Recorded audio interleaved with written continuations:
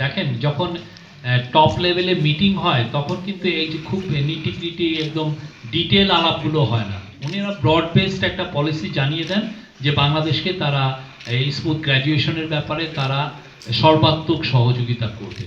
হ্যাঁ, এটা পরবর্তীতে যারা ধরেন এই যে আমাদের পার্মানেন্ট রিপ্রেজেন্টেটিভ জেনেভায় যিনি আছেন উনি ওদের অফিসিয়ালদের সাথে এটা ঠিক করে নেবেন। মাজারের ব্যাপারে আমাদের অবস্থান স্পষ্ট এবং খুব ক্লিয়ার।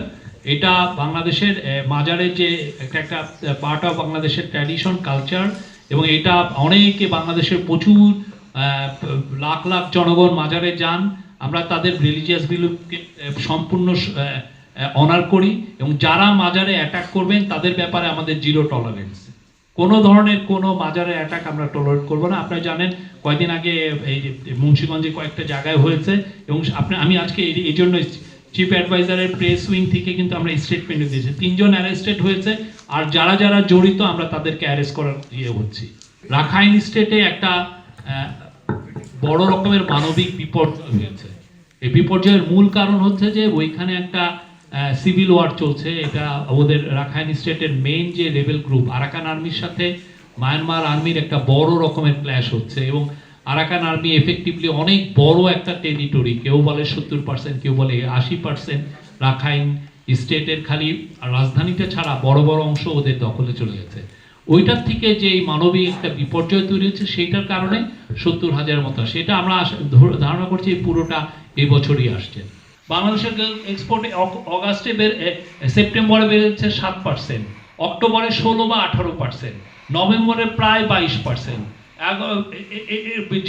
ডিসেম্বরে 18%-এর মতো। তো আমাদের তো গ্রোথ তো সেই রকমই, সেই লেভেলেই আছে।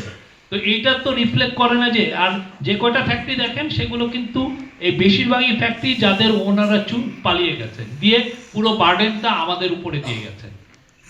পুরো ব্যাংকগুলোতে চুরি করে যা যা ছিল সব নিয়ে পালিয়ে গিয়ে এই লোকগুলোর এখন বেতন না দিয়ে ওনারা ওইখানে এটা মজা দেখতেছেন অনেকে।